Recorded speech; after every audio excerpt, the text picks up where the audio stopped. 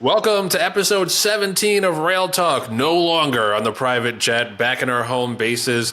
My name is Joe Bianca. I'm an ownership advisor at West Point Thoroughbreds.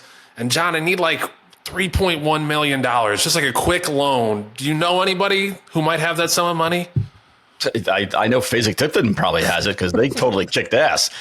Jonathan Green, general manager of DJ Stable. And yeah, Joe, this was a great week. It was a great week of racing. It was a great week of travel. It was a great week of camaraderie, food, booze, winning and selling some horses. And what's the icing on the cake is that we got absolute verification from our mega producer, Patty Wolf, that she is not going to appear on the show today, which I can't believe. Let's see how it plays out. But she promised that she would not show up on air 1 second this entire show. I can picture her now, like 3 minutes from now already. I think we're more likely to see Sasquatch than not see Patty the rest of the show. Let's go.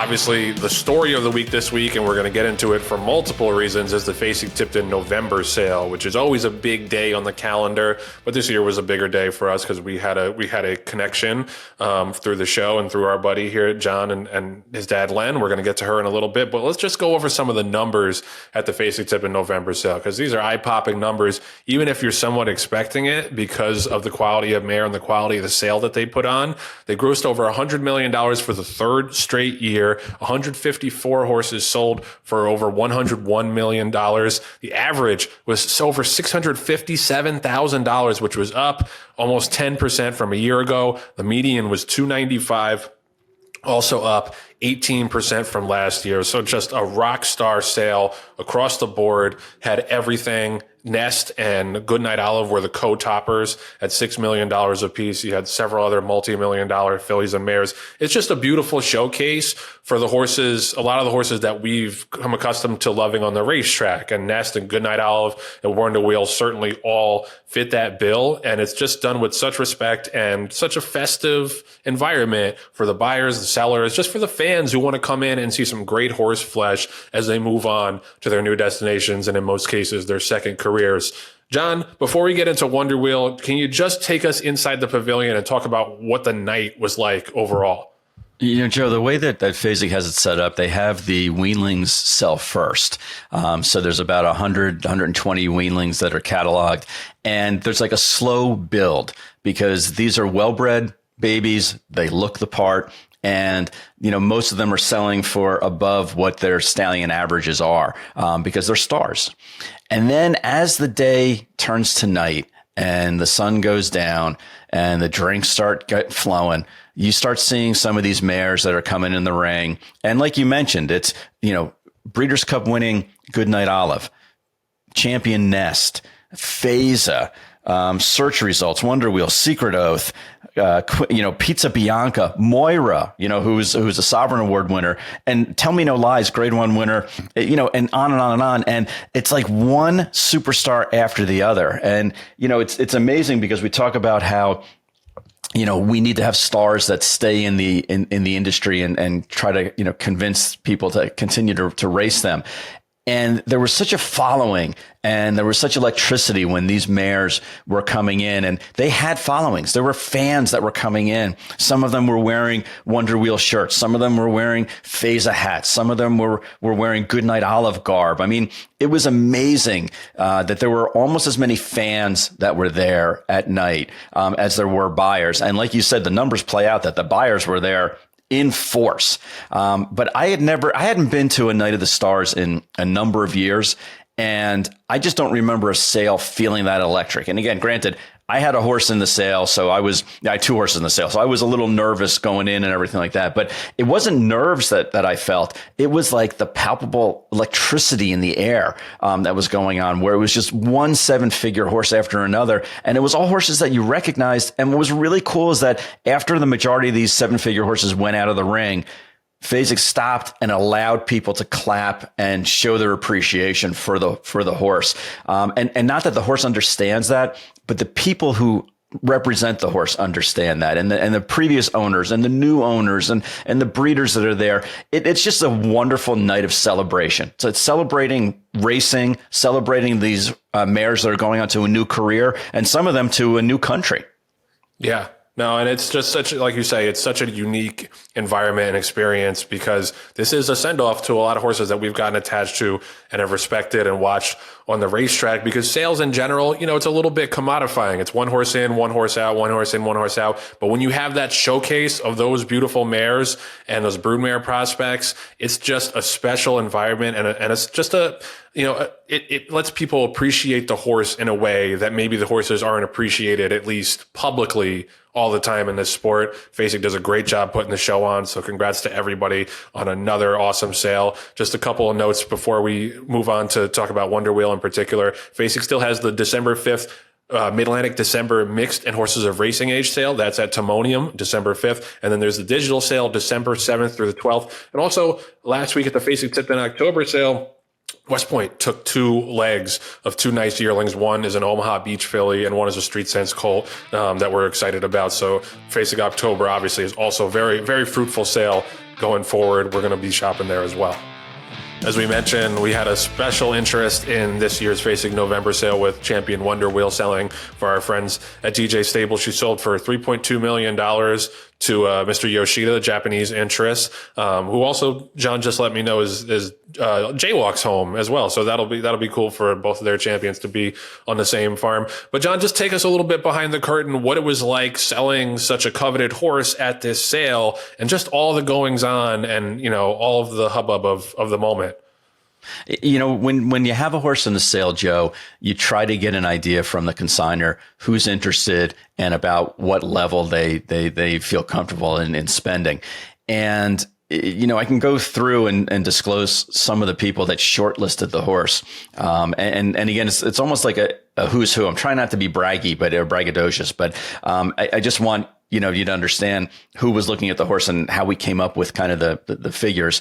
But shortlisting, or the filly Wonder Wheel ended up on the short list of a number of people, ranging from Three Chimneys to Eclipse, Niarchos, Mandy Pope, 3 of the Japanese buyers, Walmack, Spendthrift, and John Stewart, who basically was buying anything that was breathing. As a matter of fact, John Stewart actually bought our other filly, Goddess Pele, for $300,000, which was more than we expected to get for the horse.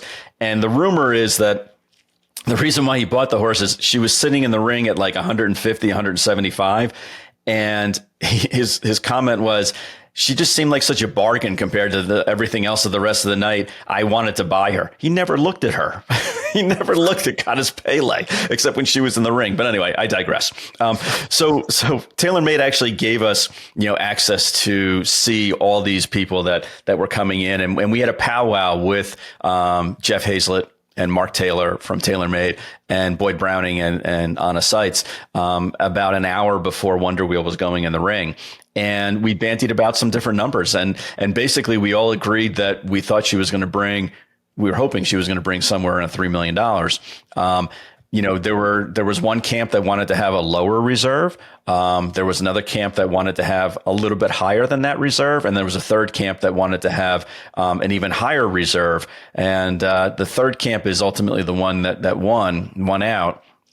And there were some anxious moments because the mare, got up to $2 million, $2.2 million, and then kind of stopped for a little bit. Mm-hmm. And we were looking around. We were looking for Mandy Pope. We were looking for Spendthrift. We were looking for John Stewart. And we knew where they all were kind of sitting in the pavilion. And a lot of them had stopped bidding at that point. So you kind of go, oh shit, what did we do? That being said, the bidding started picking up again, and then ultimately Northern Farm bought her for $3.2 million. But there were definitely some anxious moments pretty much in the time that she was in the ring. Previous to that, I think we were all very confident that she was going to sell, and we felt pretty good about it.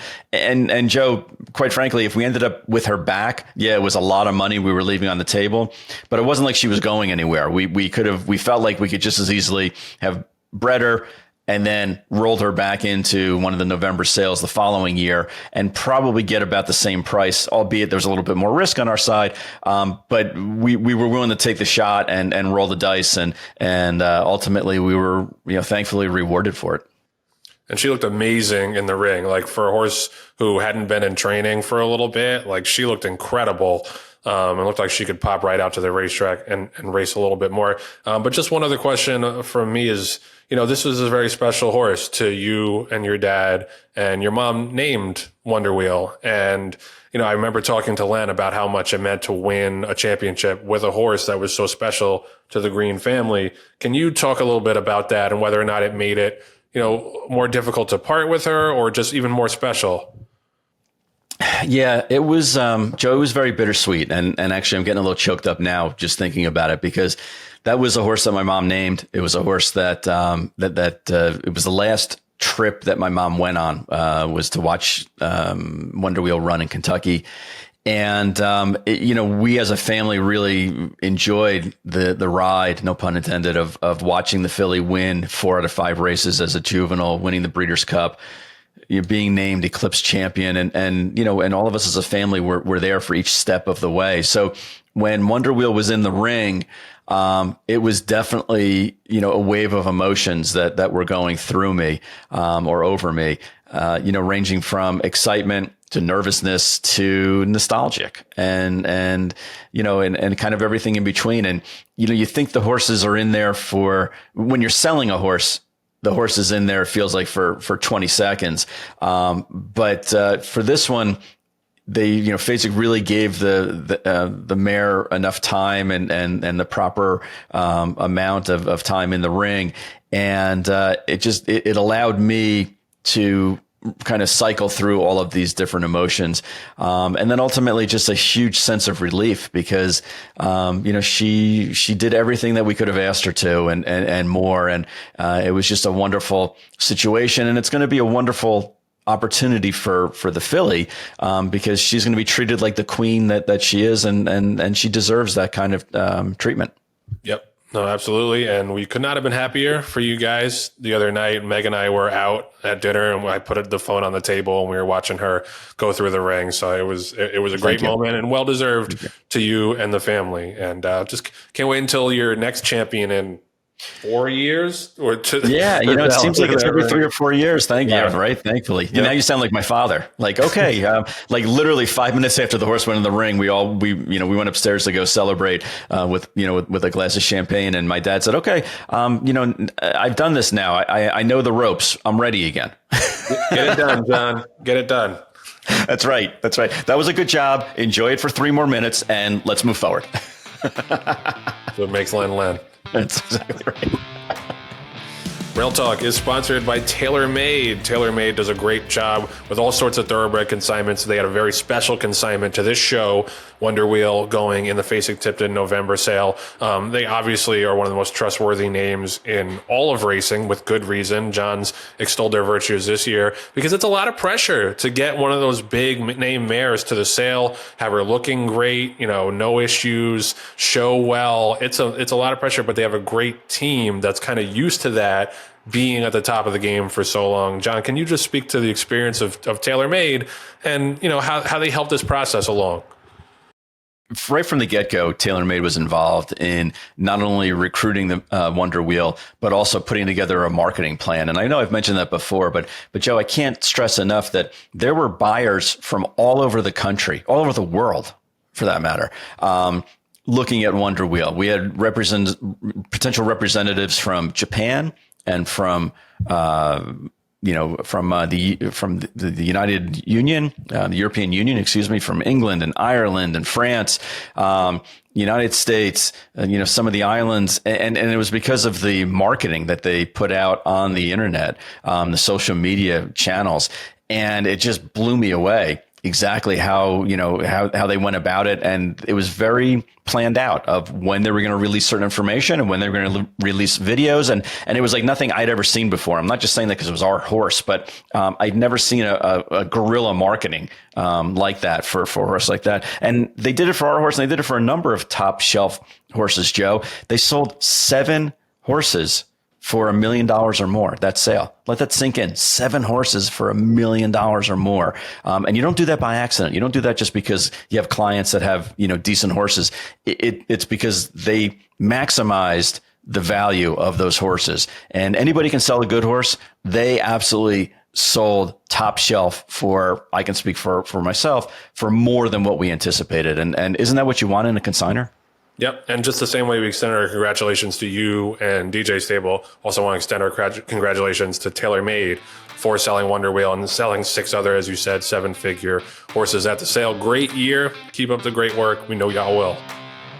Let's talk Breeders' Cup number 40. You didn't think we were going to go the whole episode without discussing the Breeders' Cup, did you? Especially when we were there last weekend. John and I and Patty and the whole team flew out there, as you saw. It was a great, great weekend. Neither of the West Point horses lifted a hoof, but that's okay. They're still good boys.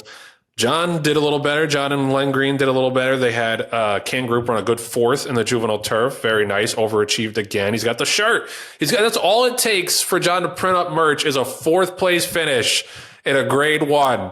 And you got the merch lineup on deck. Did Michelle design that one too? No, I designed this one. One. So what is he like? What's the theme? Is it just the colors? Yeah, it's just the colors basically, and just that he's so strong, he's so stout. Because I like this one. Yeah, no, that was my favorite one. Wonder Wheel one because it's cartoon themed, like a superhero cartoon. So that's my favorite one so far. I like the helium one too. Anyway, we are digressing because John Green makes shirts for every horse who runs 4th in a graded stake in his stable. But no, seriously, great run for him, and so good to see Web Slinger show up again. John, I'm going to toss it to you, and then I'll come back around. There were several impressive winners. It was a chalky Breeders' Cup overall. It was hard to make money, especially on Saturday. I thought Friday was a little bit of a snooze. There were some more storylines on Saturday. What jumps out to you if you just think, what's in my head from Breeders' Cup 40? Just the fact that the Europeans dominated on so many fronts. They used to come here and have hard times running. And I think over the past 3-4 years, Joe, they have not only won, but they've come here and eaten our lunch, quite frankly. And it's not just on the turf races now or on the juvenile turf, or it's the older horses. It's, it's the 3-year-olds that are running and beating up on our older horses. But I would say, to me, that was story number 1, was the Europeans coming here and taking the money home. Number 2, obviously, was Cody's Wish, and the fact that not only did the horse win, but there were some very dramatic moments after he hit the wire first, and won in a photo finish over one of Bob Baffert's horses. And I think that a lot of people were holding their breath because it was such a wonderful story, feel good story of Cody's Wish winning. And by the way, Joe, I don't know if you realize the horse is now 8 for 8 going a mile. He's a perfect 8 for 8. 8 races, 8 wins, going 8 furlongs. I heard that one this time. I was listening to that one this time, so I won't bring it up in 2 minutes. Which is a wonderful way to finish his career. So it was a feel good story. Part of me was like, oh man, Baffert's home cooking now. He's gonna ultimately get and really be villainized, and vilified, I should say. And it's not his fault in this case because it was something that his rider really came up with. But Cody's Wish winning was a Disney-like ending to that wonderful story. And then the other thing I would have to say also was Auguste Rodin winning and beating the older horses and winning 4 grade 1s now in 3 different countries and 2 continents. And 2 of the grade 1s, the most recent grade 1s that he's earned, have been against older horses. To me, that was just a wow performance. And Joe, you said it to me on the plane, and I didn't even think about it until you mentioned it. But, he's arguably the best 3-year-old in the world. Colts, fillies here in the States and over in Europe. And I just, I thought about it after you said it, and it was like, yeah, that's a no-brainer. He really is. He really showed just what kind of talent he has, and did it, in so many different ways, and a no doubter. So to me, those were the 3 stories that came to mind. You could also say the lackluster undercard, maybe, and even the fact that they ran the Classic, and because of college football, they actually didn't make the Classic the last race. And I remember people like storming out of there and leaving Santa Anita after the Classic and basically not waiting for the last two, unless you were betting on the last two races, last two Breeders' Cup races. People were just out of there at that point. I know I said I only had three top stories, but I would say the fourth one was just it was a weird feeling, for the Classic and the post-Classic races and festivities. Go ahead. You're up. It was no big loss for people if they didn't see the Classic. We just said that, but then they didn't know this when that time slot was booked, but it was not a great Classic field going in. Obviously, it's an interesting story with Rick Dutrow training White Barrio and his return to glory after 10 years on the bench. That's worth talking about, I think, on a different show, because I think the main stories, as you mentioned, were Auguste Rodin and Cody's Wish. And we're going to get to Cody's Wish in a little bit, because I want to talk about Cody Dorman in particular and that story. Auguste Rodin is you heard me singing his praises all year. He was the best 3-year-old in Europe this year. You could argue he was one of the best maybe the best 2-year-old in Europe last year. And it was a loaded field. And I still just kept coming back to him because he had been so impressive and because he had beaten real horses like King of Steel overseas already this year. He'd beaten older horses later in the year. This was a horse who had impeccable credentials. He did have 2 no-shows, but I think he's just the kind of horse that if he doesn't show up, he's so valuable, just wrap up on him and pull him up. And that's one of the things I want to get to as well, because I really would love to see them bring him back, see Coolmore bring him back as a 4-year-old. But, Aidan O'Brien, if you haven't watched it, go watch his post-race interview, because he talked a lot about how important this horse is to the breed, because he's a homebred by Deep Impact, and Coolmore sent Rhododendron, who's one of their, multiple grade Group 1 winning Galileo mares, one of their most valuable mares to their program. They sent her to Japan to breed him to Deep Impact, and that ended up being his last stallion season. Right. He died in mid 2019. Yeah. So Auguste Rodin is from the last crop of Deep Impact, and Deep Impact was one of the great sons of Sunday Silence, who built the Japanese breeding program basically on his own in the 80s and 90s. So this is such an interesting pedigree because it spans 3 continents with the influence of Sunday Silence and Deep Impact, and then Rhododendron and the Coolmore lads, as Aidan O'Brien says. And that's why he's so valuable. And I'm naturally cynical in these scenarios and assume that they're going to retire the horse. But if he comes back, I'm super excited to see what he can do, because Aidan O'Brien also in that interview talked about him training over the dirt at Santa Anita during the week and how he just floated over the dirt to the point where Aidan O'Brien thought to himself for a second, did I enter him in the wrong race? And that to me is so exciting if they could bring him back and he could try to do what Giants Causeway almost did and be great on the turf and come and, maybe win a Breeders' Cup Classic. To me, he's by far the most interesting horse that ran in the Breeders' Cup. But I just think he will automatically be the most interesting horse in 2024 if they bring him back as a 4-year-old, which I hope they do. I kind of was reading the tea leaves a little bit. Ryan Moore on the horseback after the race said, "I've enjoyed riding him," instead of "I'm enjoying riding him." So I just heard a couple of those things that made me put the Spidey sense up.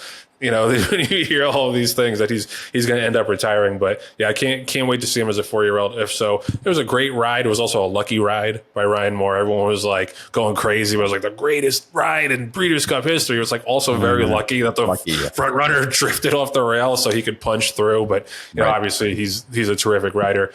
Cody's Wish is a story that unto its own. That was the ultimate Disney thing, going down to the inquiry. Against the hated, in some cases, trainer who wins everything. And I couldn't imagine, unless it was egregious, which it wasn't. It was 50-50 contact. I couldn't imagine anybody in that steward's booth wanting to be take him down. I could never imagine that in a million years. Just a couple other quick stories to mention. Idiomatic, won the Breeders' Cup Distaff. She's had a great year. She's raced 9 times. She's won 8. She's a multiple grade 1 winner. She's the only other horse I think you can realistically make a case for other than Cody's Wish for horse of the year. So she's definitely going to get some votes. But again, it was was not a great filly and mare division this year. She got a 96 buyer in winning that race. My long shot, La Divita, came out like just too late and came flying, just missed at 17-1. That was the story of my weekend from a betting perspective. Who else we got? And Spiral, I was a little bit wrong about her. She did get the 1.25 miles, came flying late to get up. Elite Power ran a 111 buyer in winning that race in the sprint. I believe that was the highest buyer figure of the weekend. Goodnight Olive obviously went out on a high note as well. Justify, John. Justify continues to show up in these big spots. He had just FYI and Hard to Justify win grade 1 races on Friday. So his value keeps going through the roof. Other than that, it was really about Cody's Wish and Auguste Rodin. And, like I said, Cody's had an unbelievable career. I would love to see Auguste Rodin back on the track. That's my big takeaway from the weekend. It's obviously a terrific Breeders' Cup weekend, and it was a great sale on Tuesday, and now the Keeneland November sale's going on as well. So we know most of those horses are going to end up with great homes and have their new careers all set up in front of them. But there are certain horses who need that intervention and need someone to come adopt them, retrain them for a new purpose after they come off the track. And one of the places that does that the best, and it's mostly a one-woman show, and she does an incredible job, is Sherry Courtney and Racing for Home. And she, we've talked to her daughter Acacia before about how important Racing for Home is. But Patty Wolf and our editing team went out and shot some footage with Sherry Courtney and Racing for Home, and her talking about how she's called to do this and just the impact that she makes and the organization makes on horses after they come off the racetrack, some of which are very young and have a long life ahead of them, retraining them for new purposes. It's a great, great piece. Check it out. Racing for Home is a 501c3 nonprofit that Acacia and I started back in 2010. We went to the racetrack in 2009 and found a 3-year-old chestnut filly with lots and lots of attitude and brought her home.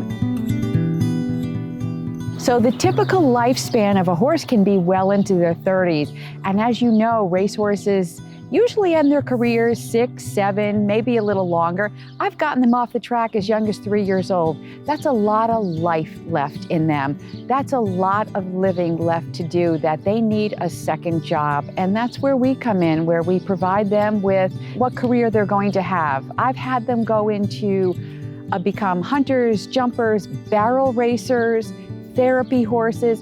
I usually let them tell me rather than put it on myself to say, you're going to be this. I let them tell me what they want to do.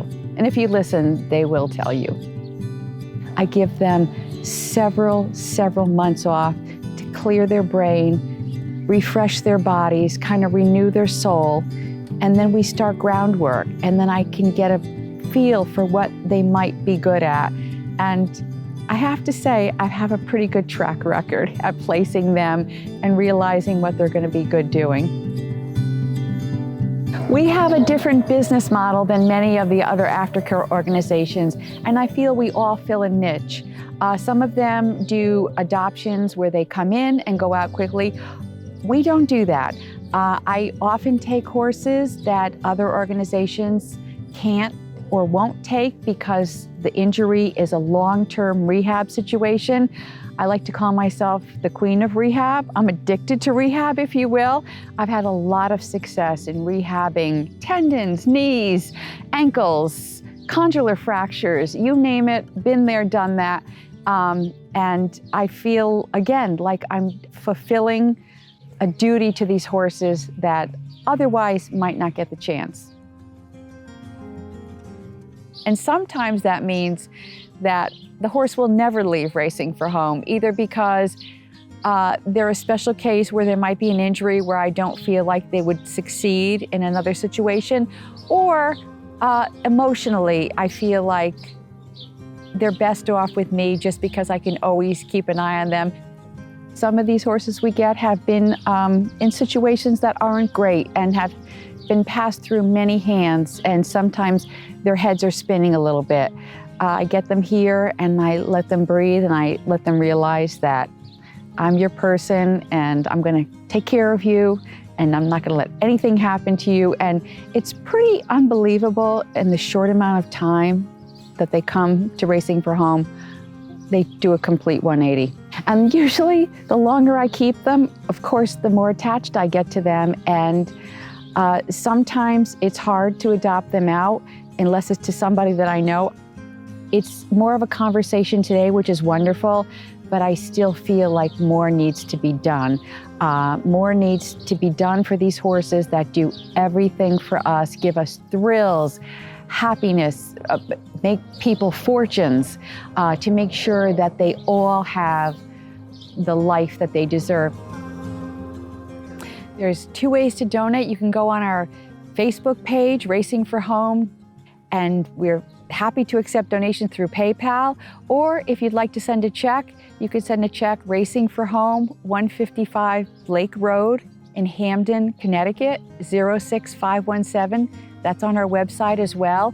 Every and all donations go directly to the horses, and if you'd like, you can specify which horse you'd like the money to go for, and we're happy to give you an update and let you know, but we're grateful for any and all donations because they are always greatly needed. I always have a running tab for a vet bill. I've never, ever taken a paycheck. My husband and I put money into Racing for Home to cover the bills. When we have an injury that's especially expensive, I will never say no. I adore them. They're my heart, they're my soul.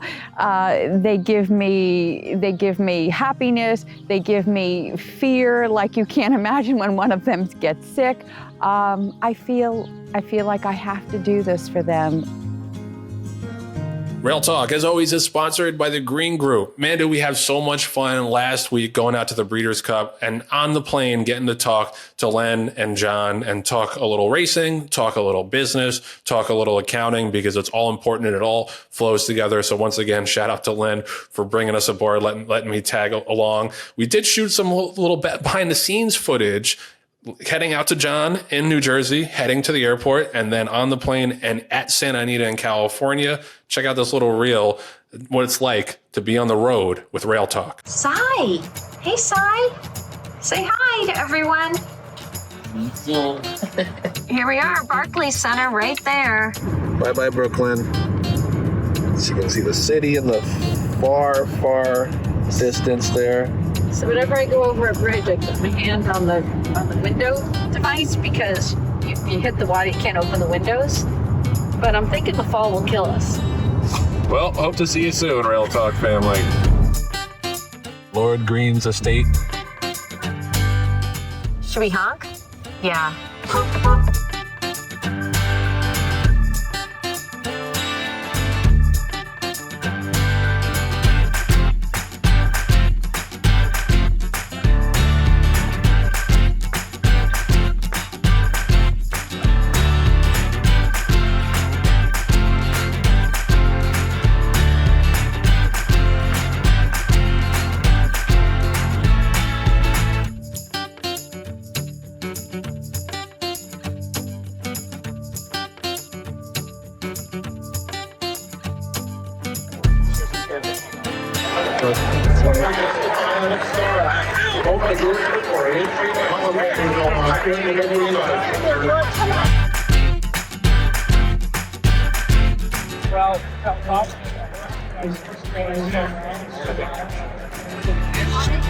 Thank you very much, everybody.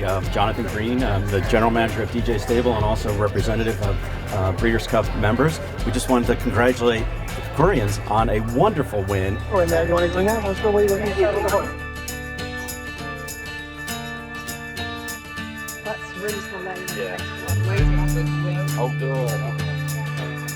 No, he came out here to throw a football. Came out here to throw a football, right?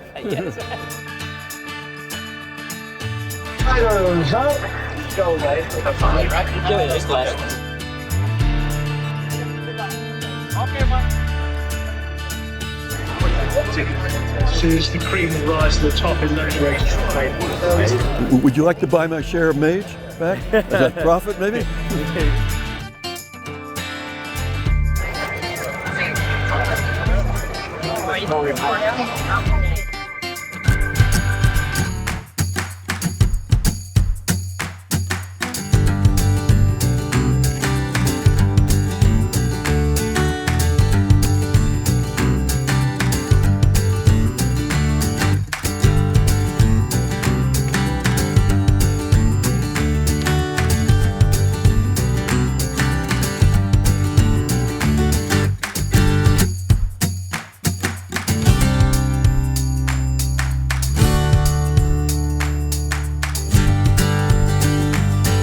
great time. And Spotify listeners, if you couldn't see or hear that video, go check it out on Twitter. It was a great little look behind the curtain, Rail Talk on the road. And it was all made possible by Len Green and the Green Group. The Green Group has over 800 clients in the horse business. And as John mentioned last week in our interview with Len on the show, if you're waiting until next April to file your taxes and try to learn about all of the tax breaks you can get, if you're a horse owner, it's too late.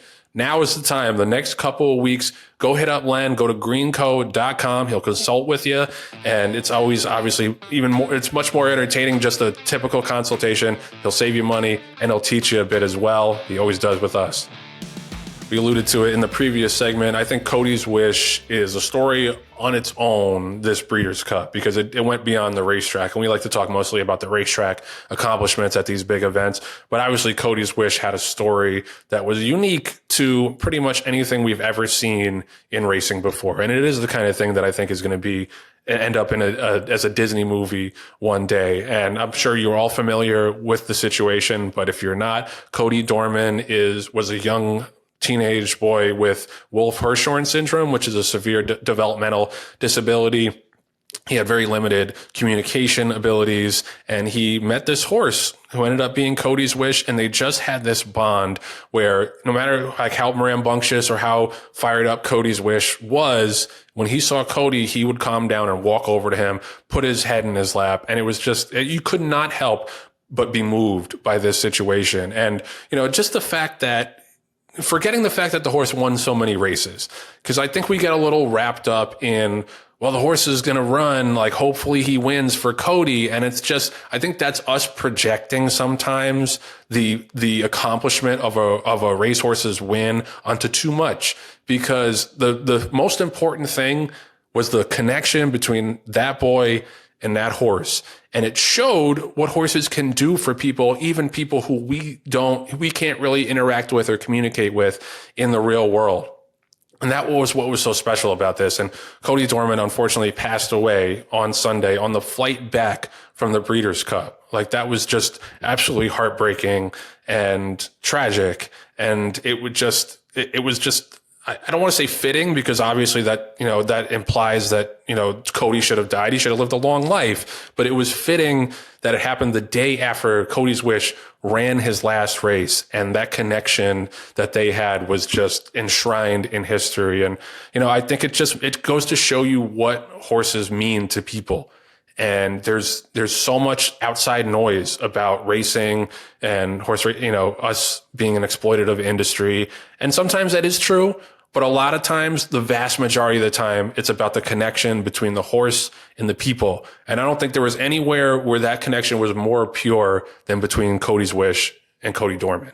And it's another example of like the strength of the human spirit. Like, how many times have you heard that somebody is going through chemo and they just want to hold on to watch their granddaughter walk down the aisle, or they want to make it to their 100th birthday, or, and that's what they're focused on. And you wonder if we'll never know, but you wonder if that was going through Cody's mind of, okay, I just want to see this horse run one more time.